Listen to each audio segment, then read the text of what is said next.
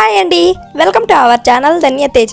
ఈరోజు వీడియోలో మనం వేరుశెనగ గింజలు కొబ్బరి పులిహోర తయారు చేసేద్దాం. టేస్ట్ అయితే చాలా బాగుంటుంది. క్విక్గా ప్రసాదంగా తయారు చేయొచ్చు. బాక్స్లోకి సర్వ్ చేసుకోవచ్చు. కడాయి పెట్టి కడాయిలో 2 టేబుల్ స్పూన్ల నూనెను వేసుకొని వేడి చేసుకోవాలి. నూనె వేడైన తర్వాత 1 టీ స్పూన్ ఆవాలు, 1 టీ స్పూన్ జీలకర్ర వేసుకోవాలి.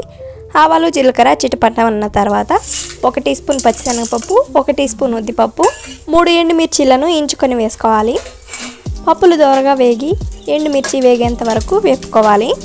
ఫ్లేమ్ని మీడియం టు హై ఫ్లేమ్లో అడ్జస్ట్ చేసుకుంటూ పప్పులు మాడిపోకుండా వేపుకోవాలి. కరివేపాకు వేసుకొని సన్నగా కట్ చేసిన ఉల్లిపాయ ముక్కలు వేసుకొని ఉల్లిపాయ వేగేంత వరకు వేయించుకోవాలి. వీడియోలో చూపిస్తున్న విధంగా ఉల్లిపాయ వేగిన తర్వాత కచ్చపచ్చగా దంచిన వెల్లుల్లి రెబ్బలను వేసుకొని వేరుశెనగ గింజలు, కొబ్బరిని వేయించి పొడి చేసుకోవాలి. వేరుశెనగ గింజలతో పాటు వేయించిన ఎండుమిర్చిని వేసుకొని గ్రైండ్ చేసుకుంటే పులిహోర పొడి అయితే రెడీ అయిపోతుంది. రుచికి తగ్గట్టు ఉప్పు, 1/2 టీ స్పూన్ పసుపు వేసుకోవాలి.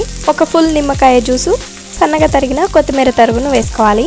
కారం పొడిని 1 నిమిషం పాటు నూనెలో వేపుకొని ఉడికించి చల్లార్చిన రైస్ వేసుకొని మొత్తం కలిసే విధంగా కలుపుకొని సర్వ్ చేసుకోవడమే.